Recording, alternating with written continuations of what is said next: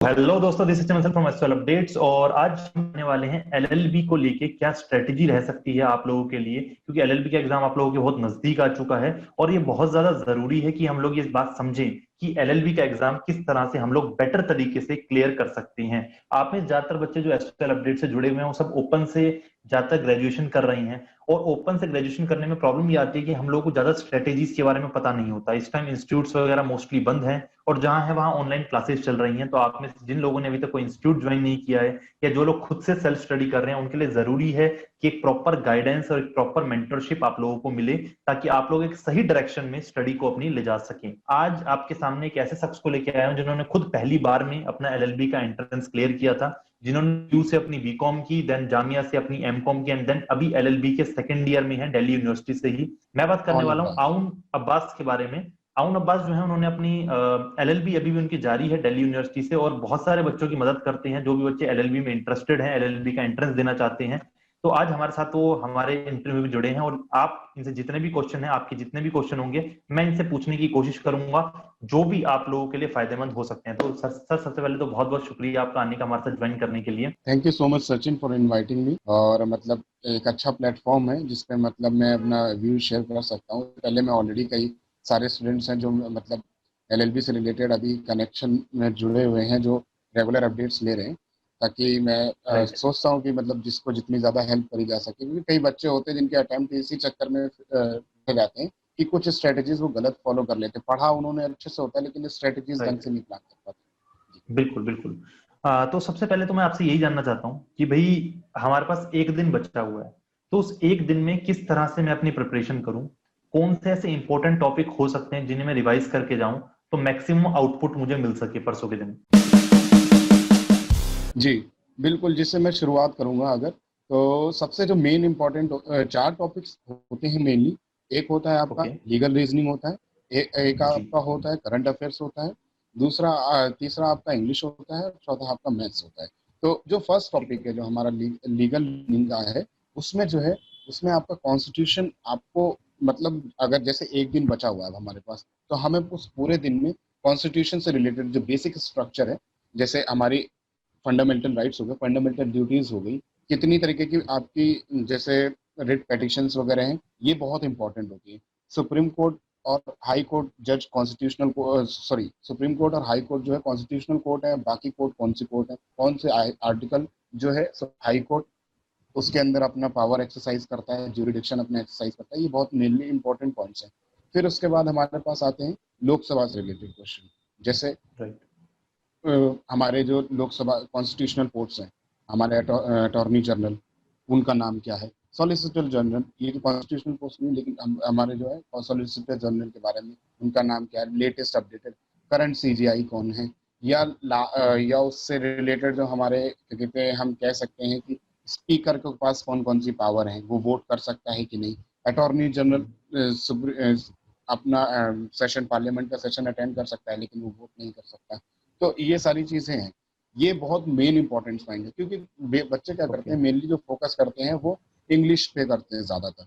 Last के जी। Week में मेरे हिसाब से लास्ट के 3 डेज में हमें जो है कॉन्स्टिट्यूशन पे ज्यादा फोकस करना चाहिए, लीगल अवेयरनेस पे, क्योंकि हम एंड ऑफ द डे, क्योंकि जब आप एनालिसिस करोगे तो मेनली 50 से 55 क्वेश्चन जो हैं वो लीगल ही होते हैं। 50 से 55 क्वेश्चन ऑलमोस्ट, इससे हम्म। ज्यादा ही होते हैं। तो आपको ज्यादा मार्क्स नहीं लगाने हैं, आपको सिर्फ आपको 210 या 220 कह रहा हूँ, 220 कह रहा हूँ, आपको मार्क्स लाने हम्म। होते हैं। आप आराम से एलिजिबल हो जाते हैं। 220 से 230 तक भी अगर आप स्कोर करते हैं तो बहुत अच्छे आराम से। उसके लिए आपको क्या चाहिए, आपको 54 से 55 क्वेश्चन जो है मिनिमम आपको अच्छे से अटेम्प्ट करना है। ठीक है। राइट। राइट। कई बच्चे गलती ये करते हैं कि सारे के सारे अटेम्प्ट कराते हैं, मतलब कुछ क्वेश्चन करें, 40-50 क्वेश्चन करें, और फिर उसके बाद हम्म। जो है बाकी क्वेश्चन जो है उन्होंने तुक्के में मार दी, जैसे हम कहते हैं ना हिट एंड ट्रायल टाइप। तो उसमें क्या होता राइट। है कि कई बहुत मार्क्स कम हो जाते हैं। अगर एक भी मार्क्स आपका कम होता है तो आपकी जो रैंक होती है वो आप 100 लोगों से पीछे चले जाते हैं। समझ रहे हैं आप मेरी बात। राइट। अगर आपका बिल्कुल। 225 मार्क्स है ना, और कट हम्म। ऑफ 225 पे बन रही, उस 225 पे 57 बच्चे या 58 बच्चे, ठीक है। उसके हम्म। बाद जो है 224 पे आप हो। अगर 225 पे बंद हो जाती तो आप एक नंबर से रह गए। समझ रहे हैं ना मेरी बात? बिल्कुल ठीक तो बात। जैसे अगर मतलब बच्चे ने अगर रॉन्ग क्वेश्चन मतलब हिट एंड ट्रायल वाले क्वेश्चन करें तो उससे उसका एक नंबर कम हो जाएगा। एक एक नंबर बहुत मैटर करता है, ठीक है। और एक चीज और बड़ी फोकस करने वाली है, जैसे मैंने पहला टॉपिक क्लियर करा कि पहले टॉपिक में हमें ये पढ़ना है, फिर दूसरे टॉपिक में हमारे कुछ सेक्शंस आते हैं जो सेक्शन रिलेटेड होते हैं आईपीसी से related. IPC Indian penal code ये भी बहुत आता है। हम्म। इसमें दो दो चीजें रिवाइज कर लेनी, जैसे इंजरी कौन कौन सी होती है, ग्रीवियस इंजरी कौन सी होती है, नॉर्मल इंजरी कौन सी होती है। और फिर उसके बाद आपका जो है आप सेक्शन 80 सेक्शन आपका सेक्शन जो 96 से 106 प्राइवेट डिफेंस के सेक्शन, ये बड़े अच्छे से कर लीजिएगा। प्राइवेट डिफेंस के क्वेश्चन आते हैं और कुछ बेसिक कॉन्सेप्ट होते हैं लीगल एप्टीट्यूड के, जैसे कि थेफ्ट से रिलेटेड, मतलब थेफ्ट कब कमिट हो रहा है, तो आपको थेफ्ट का सेक्शन पढ़ना है। और एक और उसमें लीगल में ही आपका एक टॉपिक और आता है, वो Indian contract act. Indian contract act में आपको कॉन्ट्रैक्ट कैसे फॉर्म होता है, ठीक है, कितनी पार्टीज होती है, कंसिडरेशन क्या होता है, और कॉन्ट्रैक्ट कब कंप्लीट होता है, ठीक है। और दूसरा जो है आपका कॉन्ट्रैक्ट कब मतलब ब्रेक हो जाता है, कब ब्रीच ऑफ कॉन्ट्रैक्ट होता है, कब रिस्काइंड ऑफ कॉन्ट्रैक्ट होता है, रिस्ट्रेंट ऑफ कॉन्ट्रैक्ट कौन सा होता है। ये बहुत सारे इंपॉर्टेंट पॉइंट है। इसमें एक चीज और आती है, वो बहुत इंपॉर्टेंट आती है। एक कॉन्ट्रैक्ट में जो मतलब अननेचुरल मतलब इन्फ्लुएंस करके आपका कॉन्ट्रैक्ट को स्टेब्लिश किया जाता है, जैसे कि मिसरिप्रेजेंटेशन हो गया, आपका फ्रॉड हो गया, आपका कॉर्जन हो गया, आपका मिस्टेक ऑफ फैक्ट्स हो गए। ये भी बहुत सारी चीजें होती है जो है आपका कॉन्ट्रैक्ट स्टेब्लिश कर दिया जाता है, लेकिन आपको पता नहीं मतलब अनड्यू इन्फ्लुएंस यूज करके। तो ये सारी चीजें राइट। हमको पढ़नी है। और फिर ओके। उसके बाद जो है लास्ट जो सेकंड टॉपिक है जो मेन मोस्ट इम्पोर्टेंट है, वो भी है आपका जनरल अफेयर्स, जनरल नॉलेज जैसे। ओके। उसमें जो है जनरल नॉलेज में आपको लास्ट ईयर का एक साल का पिछला जो जनरल नॉलेज है हम्म। उसमें आपको मिनिमम 3 घंटा देना है। 3 आवर्स मिनिमम आपको, मतलब अपने कंपेटेबिलिटी के साथ आप दे सकते हैं, लेकिन आपको 3 आवर्स में आपको जितना आपने लास्ट ईयर का जनरल अफेयर निकाला है उसको आपको रिवाइज करना है। जनरल अफेयर ये नहीं कि मतलब हम कोल सेक्टर में क्या हो रहा है या इसमें नहीं, मोस्टली जो है लीगल रिलेटेड जनरल अफेयर ढूंढिए, जैसे कि सीए कब आया, ठीक है, बिल्कुल ठीक। और आपका आर्टिकल 370 का एब्रोगेशन कब हुआ, जो हम्म। आपका जो जजमेंट आया अयोध्या वाला, इसमें कौन कौन से जजेस थे, डिसेंटिंग तो नहीं थे, किसी ने डिसेंट तो नहीं किया था, या क्या क्या किसने फ्रेम किया, ठीक है, ये और मतलब उसको जो मेन जज कौन थे उसमें, ये सारी चीजें बहुत इंपॉर्टेंट है। और एक चीज और है कि कौन सी अमेंडमेंट अभी हुई, लास्ट अमेंडमेंट, लेटेस्ट अमेंडमेंट 104 है, 103 है, कौन सी लास्ट अभी जनवरी में एक अमेंडमेंट हुआ था कॉन्स्टिट्यूशनल अमेंडमेंट, ये बहुत इंपॉर्टेंट है। एक अमेंडमेंट और है, वो 42nd अमेंडमेंट है 1976 में, जिसमें आपका सेकुलरिज्म वर्ड ऐड हुआ था, ये भी बहुत राइट। इंपॉर्टेंट है, ठीक है। कुछ केसेस होते हैं जैसे Kesavananda Bharati versus Union of India, Kesavananda Bharati वैसे कल उनका देहांत हो कल गया ही उनका और वो देहांत हुआ बहुत, है। जी जी। और आपका एक एडीएम जबलपुर का केस है, ये बहुत मेन इंपॉर्टेंट केस है, इसमें आपको पढ़ना है, ये सारी चीजें एक बार आपको रिवाइज करनी है। आप अभी फोकस ओके। करिए। रीजनिंग का जो क्वेश्चन आता है, जैसे लोग कुछ बच्चे रीजनिंग पे फोकस करते हैं कि मतलब रीजनिंग में लास्ट में टाइम देते हैं, रीजनिंग में टाइम देने से कोई फायदा नहीं है, आपको इतना ज्यादा ओके। टाइम मत दीजिए, आप ऑलरेडी टाइम दे चुके हैं, क्योंकि जो रीजनिंग के जो क्वेश्चन होते हैं वो आपके 8 से 10 क्वेश्चन आते हैं, अगर हम्म। आप ओवरव्यू चेक करें, बाकी सारा लीगल रीजनिंग में आता है। नॉर्मल रीजनिंग ठीक के है। क्वेश्चन 8, कभी 6 भी आते हैं, कभी 8 से 10 क्वेश्चन आते हैं। अब उन 8 से 10 क्वेश्चन में तो जो आप 6 से 7 क्वेश्चन आप बिना किसी टेक्निकलिटी के आप निकाल सकते हैं, आपको बस ओके। नॉर्मल एक माइंड यूज करना है, वहाँ पे इतना कुछ हो, उसमें इतने बड़े कोई क्वेश्चन नहीं आते, तो बहुत ही इजी रीजनिंग आता है, बहुत ही इजी मैथ आता है, मैथ्स भी बहुत इजी आता है। इसलिए रीजनिंग और मैथ्स पे अभी टाइम देने के लिए हमारे पास टाइम नहीं है, हमें जो मेन फोकस करना है वो लीगल अवेयरनेस और करंट अफेयर्स पे, सॉरी राइट। लीगल रीजनिंग और राइट। करंट अफेयर्स पे, ठीक है। ओके। तो लीगल एप्टीट्यूड भी, लीगल एप्टीट्यूड क्या होता है, जो जैसे मैंने कॉन्स्टिट्यूशन वगैरह ये सब, ये सारा लीगल एप्टीट्यूड और हम्म। लीगल रीजनिंग में कवर। आपको एक चीज और करनी है, सेल्स ऑफ गुड एक्ट्स भी कभी कभार वो दे देते हैं, तो ऊपर से ओवरव्यू लेना है उसका कि सेल्स ऑफ गुड एक्ट क्या है, कि पार्टी क्या ओके। है या कब है, ठीक है। मतलब इतना नहीं आता है, फिर भी एक बार अगर पढ़ लिया जाए तो बेहतर होगा। लेकिन जो मेन कॉन्ट्रैक्ट एक्ट है, कॉन्स्टिट्यूशन है आपका, मेन आपका कॉन्स्टिट्यूशनल पावर्स है, कितनी किसमें क्या पावर वेस्टेड है, कौन के किसका ज्यूरिडिक्शन क्या है। अब एक चीज और है, कई बच्चे मतलब ये करते हैं कि हाई कोर्ट अपीलेट कोर्ट है, सुप्रीम कोर्ट अपीलेट कोर्ट, दोनों कोर्ट अपीलेट कोर्ट होती है, ठीक है। नॉर्मल कोर्ट होती है जो आपकी, वो लोअर कोर्ट होती है जिसमें आपका ट्रायल चलता है, ठीक है। बाकी जो है आप ठीक। बाकी कोर्ट में आप अपील करते हैं, हाई कोर्ट में और सुप्रीम कोर्ट में, तो जिसमें आप हम्म अपील हम्म, करेंगे तो वो हायर कोर्ट होगी, ठीक है। और भी फंडामेंटल जो राइट्स का जो इस्टेब्लिशमेंट है, वो हाई कोर्ट में ज़्यादा है। अगर आप देखेंगे तो वैसे ये क्वेश्चन आता नहीं, फिर भी हम पढ़ सकते हैं हम्म। फंडामेंटल राइट्स का। Fundamental rights okay. बहुत पढ़ने हैं, शेड्यूल पढ़ना है कि जो शेड्यूल है, 8 शेड्यूल है कॉन्स्टिट्यूशन के हम्म अंदर, उसमें कौन कौन सा एरिया कवर है, ठीक है। पार्ट्स कितना है, 22 पार्ट्स है, तो उसमें पार्ट्स ओके। याद करने, ये पार्ट्स में क्या क्या है, कितने पार्ट्स हैं। ये आपका 22 पार्ट्स हैं, शेड्यूल 8 है। और आपका जो है टोटल जो है जितने आर्टिकल है, वो टोटल ओरिजिनल कितने थे और अब करंट में कितने हैं, ठीक है। ओके। ये आप कवर करने के बाद आपको जो एक चीज पे और फोकस करना है, जो है आपका टाइम मैनेजमेंट, ठीक है। ये जी। टाइम मैनेजमेंट भी बिल्कुल। वैसे हम स्ट्रेटेजी में बात करेंगे आगे, ठीक है। इस पे भी फोकस करना है कि टाइम मैनेजमेंट कभी कभार बच्चे नहीं कर पाते हैं। और जैसे कि मैंने बताया था आपको कॉन्स्टिट्यूशन में, तो इसमें फंडामेंटल राइट्स और फंडामेंटल ड्यूटीज, इसका डिफरेंस बहुत इंपॉर्टेंट है। कब फंडामेंटल ड्यूटीज स्टैब्लिश करी गई, तब मतलब कॉन्स्टिट्यूशन में चेंज लागू किया हम्म। गया, ये बड़ा इंपॉर्टेंट है, ठीक है। इसको हमें मतलब इंटरचेंज नहीं करना है इनको, ये अलग अलग है दोनों चीजें, ठीक है। राइट। और और आपका एक और केस है जो अभी जो आपका, आप एलजीबीटी के बारे में भी पढ़ सकते हैं, 377 अभी हमने हटाया था लास्ट टाइम, है ना, ये भी हम पढ़ सकते हैं। तो ये सारे इंपॉर्टेंट टॉपिक हैं जो पढ़ने जरूरी है लास्ट डे। आपने जैसे कहा कि अगर हम एक बच्चा कोई गलत ज्यादा हिट एंड ट्रायल वाला सीन करता है तो उसकी रैंक उतनी पीछे हो जाती है, तो क्या नेगेटिव मार्किंग है एलएलबी के पेपर में? बिल्कुल बिल्कुल नेगेटिव मार्किंग होती है। तो जैसे ही और आप एक क्वेश्चन अगर आपका कितने नंबर का अप्रोक्सीमेटली हो, मतलब कितने नंबर का होता है और उसमें नेगेटिव चार मार्किंग कितनी नंबर होती का है? एक 4 नंबर का एक क्वेश्चन होता है। अगर ठीक है। आपने अटेम्प्ट किया तो ठीक है, नहीं तो फिर हम्म। अगर आपका वो रॉन्ग गया तो आपको 1 नंबर माइनस में जाएगा।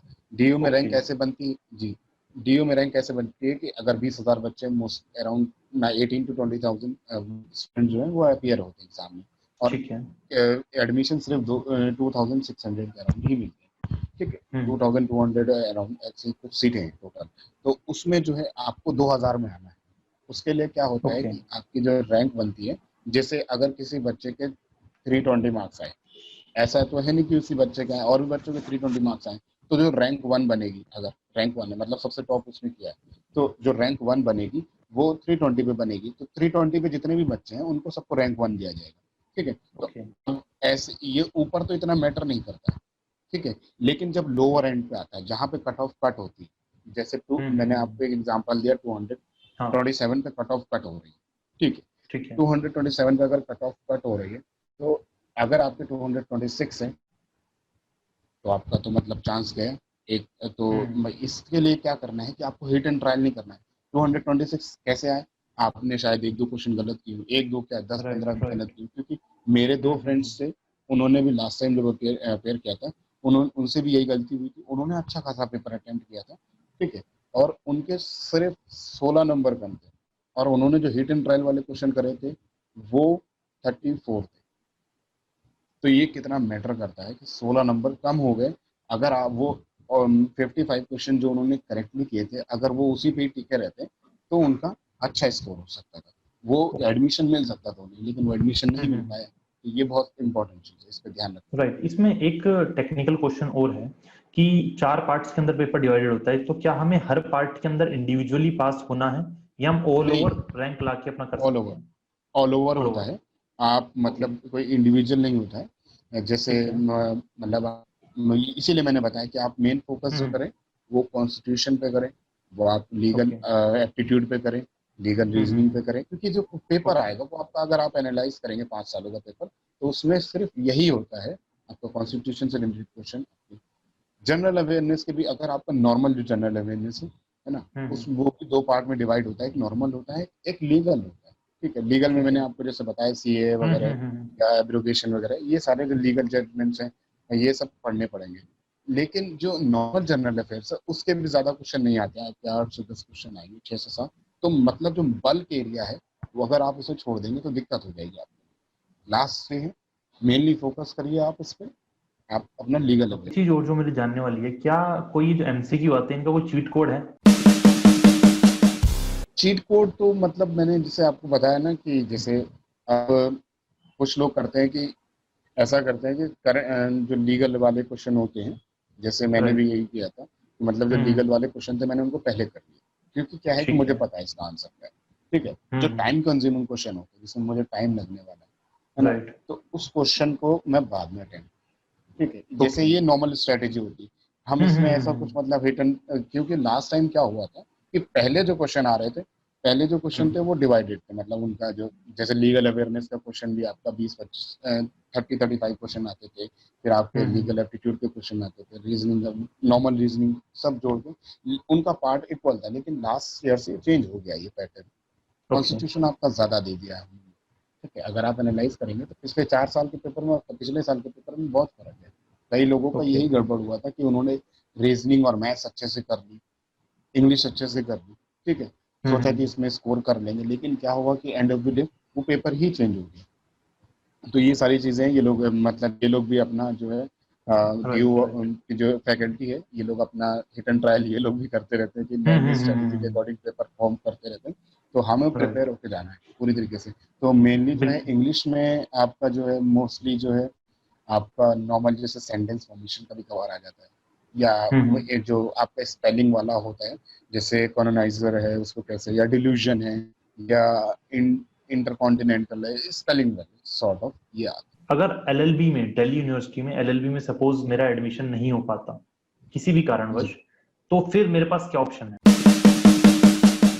अगर आपका दिल्ली यूनिवर्सिटी एलएलबी में एडमिशन नहीं हो पाता, जैसे अब तो पेंडेमिक का कंडीशन है और ऑलरेडी राइट। मतलब हमारे यहाँ मतलब बच्चों ने फॉर्म भरे हैं, अगर मान लीजिए आपने दूसरे हम्म। यूनिवर्सिटी में फॉर्म भरा है, बीएचयू में भरा है या एएमयू में भरा हम्म। है, या आपने क्या कहते हैं किसी और गवर्नमेंट यूनिवर्सिटी में भरा है, तो अच्छी ठीक बात है। है। नहीं भरा है अगर आपने फॉर्म, तो कोशिश करिएगा कि आप एडमिशन ले लें किसी भी अच्छे प्राइवेट इंस्टीट्यूशन में, देख के ओके। एनालाइज करके उनको। मैं रिकमेंडेशन तो नहीं करूंगा ओवर द चैनल, लेकिन हाँ फिर भी आप देखें, आप खुद एनालाइज करिए। जैसे कई सारे कॉलेजेस हैं जो पढ़ाते हैं, अगर आपका बजट नहीं बन रहा है, क्योंकि कई में हम्म। कॉस्ट बहुत ज्यादा होती है ना। राइट। आप मतलब कहीं किसी जगह पे एलएलबी 1 लाख रुपए सेमेस्टर भी है, 50,000 पर सेमेस्टर भी है, तो कहीं पे कॉस्ट जाती है 4 लाख a ईयर और 4.5 लाख a ईयर की होती है। तो ओके। मैटर करता है जी। अगर आप जनरल बिजनेस या मतलब कोई भी इंस्टीट्यूशन से अगर आप करेंगे तो बहुत मतलब कॉस्ट वेरिएट हो जाता है। Depend okay. करता है आपका, अगर कंडीशन अलाउ कर रहा है तो करिए, नहीं तो फिर नेक्स्ट अटेम्प्ट ट्राई करने में कोई बुराई नहीं है। कई लोग करते हैं, दो दो तीन तीन हम्म। अटेम्प्ट में करते हैं, कोई दिक्कत नहीं हम्म। होगी, है ना। कई ओके। लोगों का पहली बार में हो ओके, तो जाता है क्या आपका। एलएलबी को करने का कोई ओपन का रास्ता भी है? क्योंकि मेरे पास बहुत सारे ओपन के बच्चे हैं और वो इतने इकोनॉमिकली फिट नहीं होते, और मैक्सिमम के ये रहता है कि बहुत सारे बच्चे जॉब कर रहे होते हैं साथ साथ अपनी फैमिली जी, को सपोर्ट करने के लिए। तो क्या एलएलबी का कहीं से ओपन का भी कोई तरीका है, कोई ऐसी यूनिवर्सिटी या कॉलेज जो ओपन से करवाता हो LLB? No sir, LLB open से नहीं होता है, क्योंकि अच्छा। एलएलबी जो होता है ये केस बेस्ड होता है, प्रैक्टिकल होता है। ओके। इसमें जो है केसेस पढ़ाए जाते हैं आपको, तो वो ओपन हम्म। में हम केस मटेरियल देके केसेस नहीं पढ़ा सकते। मतलब कई सारी चीजें होती हैं ओके। आपको मतलब आपका बेयर एक्ट होता है, एक्ट होता है। हम्म। अगर एक पैराग्राफ का एक्ट को डिफाइन करने में कभी कभार टीचर को 3 दिन भी लग जाते हैं एक पैराग्राफ डिफाइन करने में। हम्म। तो वो ओके। मैटर करता है, लॉ बहुत, law is larger than life ये कहते हैं लोग। ये सच में, ये मुझे भी नहीं इतना कॉन्सेप्ट क्लियर था, लेकिन जब मैं कॉलेज में गया मैंने देखा, तो वहां पर एक एक पैराग्राफ को टीचर कभी कभार एक एक हफ्ता ले लेते हैं उनको पढ़ाने के चक्कर में कि वो ओके। पैराग्राफ क्लियर हो। तो ये पॉसिबल नहीं होता है। और दूसरी चीज, हम्म। जैसे अगर कई बच्चे ओपन वाले हैं, हम्म। तो मैं भी जैसे मतलब पहले जो है मेरे पास भी इसकी, जैसे आपने बताया कंडीशन की, तो मैंने भी मतलब फर्स्ट जो कॉलेज ज्वाइन किया, फिर उसके बाद शाम से मेरा ऑफिस होता था, शाम में मेरी पार्ट टाइम जॉब थी, अच्छा। ऑफिस था। ओके। तो मतलब ऐसा कर सकते हैं आप लोग, 2 बजे आप फ्री हो जाते हैं कॉलेज से, अगर आप लॉ सेंटर 2 लेते हैं, और अगर आप हम्म। लॉ सेंटर 1 लेते हैं तो आप 2 बजे से शाम के 7 बजे तक आपका कॉलेज रहता है, तो आप सुबह में कोई ओके। जॉब कर सकते हैं, मतलब अपना part time right. Sort of job कर सकते हैं। लेकिन अगर आपको प्योरली फोकस, जैसे मतलब प्योरली फोकस कॉलेज लेना है सॉर्ट ऑफ, तो आप हम्म सीएलसी ऑप्ट। लेकिन ऐसा ऑप्शन नहीं होता है हमारे पास कि हम ऑप्ट हम्म। करें किसी चीज़ को। ये एक्चुअली क्या है, आपके मार्क्स पे डिपेंड करता है। अगर आप बिल्कुल अच्छे बिल्कुल। रैंक ला रहे हैं, अच्छे मार्क्स ला रहे हैं, तो ही आपको मिलेगा। और प्रेफरेंस बड़ी मैटर करती है कि आपको डिपेंड करता है कि आपकी कंडीशन क्या है, आप उस हिसाब से डिसाइड करिए। आपको कॉलेज फुल करना है तो आप आपको सीएलसी, तो आप उसके लिए मेहनत हम्म। करिए जम के। आप LC2 फिर होता है, फिर LC1 होता है, आपके परसेंटेज तो मार्क्स पे डिपेंड। Okay okay. तो आउन इसमें एक चीज और है कि आफ्टर ये चलो मेरी कट ऑफ आ जाती है, मैंने पेपर भी दे दिया, and then after cut off procedure क्या रहेगा एडमिशन लेने? प्रोसीजर जो है, ये आपको लिस्ट जारी होगी, ये सेलेक्ट ठीक है। लिस्ट ऑफ सेलेक्टेड स्टूडेंट, ये आपकी लॉ ओके, ये फैकल्टी की वेबसाइट, कहाँ पर मिलेगी लिस्ट? लॉ फैकल्टी की वेबसाइट, ठीक है। Okay faculty of law D, इस पे आपको लिस्ट ओके। मिल जाएगी। ठीक है, ठीक है। उसमें आपकी डेट मेंशन होगी कि आपको before this okay date you need to get registered for the admission. ठीक है, ओके। अब आपको क्या करना है कि अब तो पेंडेमिक कंडीशन है, तो शायद ये हम्म। फॉर्मेट ऑनलाइन हो। लेकिन ओके। पहले क्या होता था कि मतलब वहाँ ऑफिस में जाके आपको अपने डॉक्यूमेंट्स दिखाने होते थे या सबमिट कराने ठीक है। होते थे। तो कभी कभार ऐसा होता है कि कई बच्चों के पास डॉक्यूमेंट्स भी नहीं होते, जैसे माइग्रेशन नहीं हम्म। मिला और या प्रोविजनल नहीं मिली हाँ। जिस यूनिवर्सिटी से। मेरा भी प्रोविजनल लेट हो गया था, तो हुआ हम्म। ये कि उन्होंने बोला कि आप प्रोविजनल बेसिस पे एडमिशन देते हैं वो इजीली, ओके और आप अपने जो डॉक्यूमेंट्स हैं वो बाद में दिखा सकते हैं, मतलब एक महीना ओके। 15 दिन का आपको टाइम। जी, मतलब उसमें आप टाइम अपने पीरियड देते हो, डॉक्यूमेंट्स। ऐसा नहीं है कि इमिडिएटली जी, हमें सारे पेपर चाहिए ही चाहिए? नहीं नहीं नहीं, ओके। आज सारे डॉक्यूमेंट्स आप आराम से प्लान करिए, आपको एडमिशन हम्म। मिलेगा। अगर आपकी रैंक आई है तो आपको एडमिशन ओके। मिलेगा प्रोविजनल बेसिस पे। तो ये ठीक लॉ है। फैकल्टी है, यहाँ पर तो बेसिकली लोग केस भी फाइल कर देते हैं एडमिशन के लिए, तो वो तो डिपेंड करता है। जी, जी जी। और उसके बाद after documentation sir? After documentation आपके लिस्ट वो खुद जनरेट करते हैं। इससे पहले आपका ओके। एडमिशन से पहले आपको अलॉटमेंट नहीं होता है। सर लास्ट ठीक है। टाइम क्या हुआ था कि कई बच्चों को सबको सीएलसी दिखा रहा था वेबसाइट पे, हम्म। जैसे आपने फी पेमेंट वगैरह करा, सबको सीएलसी दिखा रहा था। ओके। ठीक है, लेकिन जब डॉक्यूमेंटेशन कराने के, जब सॉरी जब मतलब आपका ये सारी चीज़ें क्लियर होगी, तो उसके हम्म बाद जो है अलॉटमेंट हुआ, अलॉटमेंट की हम्म। लिस्ट अलग से आती है, वो भी फैकल्टी ओके। ऑफ लॉ पे है। ठीक है, वो लिस्ट में ठीक आपको है। अलॉट होगा कि आपको LC2 अलॉट हुआ है या CLC अलॉट हुआ है, अलॉट वो करेंगे और ये चेंज नहीं होता है, ये बहुत ध्यान रखना है। ओके। ये चेंज नहीं होता है, ये मतलब रेयरली मैंने तो नहीं सुना आज तक चेंज होते, वो तो हमसे सख्त मना प्रेफरेंस करते मांगी हैं। जाती है इसमें? हाँ, जब आप फॉर्म भर रहे होते हैं, जी, तो हम्म। उसमें आपको प्रेफरेंस सेलेक्ट करनी होती है। तीन ओके। प्रेफरेंस, तीन फैकल्टी हैं, तो इसमें हम्म। LC2, LC1 और CLC। तो ओके। CLC को जिनको पूरा पॉलिश करना होता है पूरा डे का, है हम्म। ना, तो वो CLC रखते हैं प्रेफरेंस। CLC में ठीक है। कट ऑफ भी हाई जाता है, मैं ओके। मतलब ये एक मैटर ऑफ फैक्ट है कि मतलब कट ऑफ हाई जाता है। तो फिर LC2 हम्म। में जो मोस्टली जो है गवर्नमेंट जॉब की प्रिपरेशन कर रहे हैं, जैसे 2 बजे ठीक है। तक उन्होंने पढ़ाई करी, फिर उसके बाद पूरा टाइम मिलता है आपको पढ़ने के लिए government job. Right right right. Okay. और फिर एल सी ओके तो वन आता है। लास्ट ओके, लास्टली ऑन मैं इसी बात पे आना चाहूंगा कि एक टाइम मैनेजमेंट बड़ा इशू होता है बच्चों के लिए ना पेपर करते हुए। कई जी, बार क्या होता है हम पेपर करते जा रहे हैं लेकिन ये भूल गए टाइम कितना हो रहा है, एंड एट द एंड जब पता चलता है कि 5-10 मिनट बचे हुए हैं तो बच्चे हरी अप करके वो हिट एंड ट्रायल बहुत ज्यादा हो जाता है जिसमें हमें टाइम नहीं जी, मिलता और हम बिना सोचे समझे टिक कर देते हैं। टाइम को किस तरह बिल्कुल। मैनेज करें हम उस पेपर को देने के लिए, क्योंकि अभी पेंडेमिक की सिचुएशन में बच्चे पता नहीं कहाँ कहाँ से कितनी मुश्किलों से पहुंचेंगे सेंटर तक, एंड देन आफ्टर दैट अगर टाइम की वजह से दिक्कत होती है तो it will be a bigger challenge for them. ये बहुत मैटर करता है आपका राइट। कि आप किस हिसाब से क्वेश्चन अटेम्प्ट कर रहे हैं। मेरे जी। हिसाब से जो मेरी स्ट्रेटजीज रहती हैं देने की, उसमें जो है हम मोस्टली आपको एक चीज़ फॉलो करना चाहिए, वो ये है कि आप जो है सबसे पहले जो क्वेश्चन आपको आ रहा है उसको अटेम्प्ट, सारे क्वेश्चन अटेम्प्ट ओके। करें, मतलब जो जो आ रहे हैं। ठीक है, अब आप उनको एनालाइज हम्म। करिए कि आपने कितने क्वेश्चन कर लिए जो आपके हिसाब से ठीक एकदम है। एग्जैक्ट करेक्ट है। ठीक है, आपके जिनको ओके। आंसर बता है ना। फिर उसके बाद आप जैसे रीजनिंग वगैरह के क्वेश्चन, मैथ्स के क्वेश्चन है, हम्म। आपका ओके। इंग्लिश वगैरह के क्वेश्चन है, ये सारे क्वेश्चन आप अटेम्प्ट करिए। लेकिन पहले जो फोकस करिए हम्म। आप अपने जो क्वेश्चन आपको आ रहे हैं, भले अगर वो रीजनिंग कभी अगर आपको आ रहा हो, आपको पता है यही आंसर है, आप कर सकते ठीक है। हैं। लेकिन कोशिश ओके। करिए कि आप 1 मिनट के अंदर अंदर अपना क्वेश्चन कंप्लीट करिए। ओके। हो जाता ओके है, मतलब इजीली हो मेन जाता है स्ट्रेटेजी ये रहनी चाहिए कि 1 मिनट के अंदर अंदर मैं अपना क्वेश्चन अगर कर रहा हूँ, यानी अगर आधा घंटा हो गया तो जी, मेरे 30 क्वेश्चन हो जाने चाहिए। जी, अगर आप ऐसा 1-1.5 मिनट के अंदर अपना क्वेश्चन, मैक्सिमम 1.5 मिनट भी ले सकते हैं कोई ओके, क्वेश्चन में। अगर आप 1.5 मिनट में क्वेश्चन अटेम्प्ट कर लेते हैं, तो आपको क्या हो, जे लास्ट में आपको 15-20 मिनट एक्स्ट्रा मिल जाता है, 20 से 25 मिनट ओके। आपको एनालाइज करने के लिए पेपर, कि कहीं मैंने गलत तो नहीं किया। ऐसा होता है कि राइट, कई राइट, कई राइट। मेरे मेरे साथ भी हुआ था, मेरी मैथ्स थोड़ी सी मतलब वीक है, मैं सही बताऊँ। तो हम्म। मैंने मैथ्स के कोई क्वेश्चन जो है अटेम्प्ट किए, तो उसमें मुझे 1-2 क्वेश्चन गलत लगे। तो मैंने उनको वापस में जाके रीचेकिंग में, जब मैंने 15-20 मिनट लास्ट के जो बचाए थे, उसमें जाके मैंने उनको ओके। करेक्ट किया या उनको अनअटेम्प्टेड छोड़ा। तो इससे हम्म। बहुत मैटर करता है ये कि आप कितना कौन-कौन से अटेम्प्ट कर रहे हैं। हिट एंड ट्रायल बिल्कुल नहीं करना है, मैं सजेस्ट कर रहा हूँ। Hit and okay. ट्रायल एक क्वेश्चन का भी हिट एंड ट्रायल, जब तक आपको ओके। श्योरिटी ना हो तब तक आप अटेम्प्ट ना करें। हिट एंड ट्रायल से मार्क्स राइट। कटते हैं। मेरे 3 दोस्तों के, सॉरी 2 दोस्तों के, मेरी कट ऑफ इसीलिए रह गई थी एडमिशन, वो इस साल ट्राई कर रहे हैं बेचारे।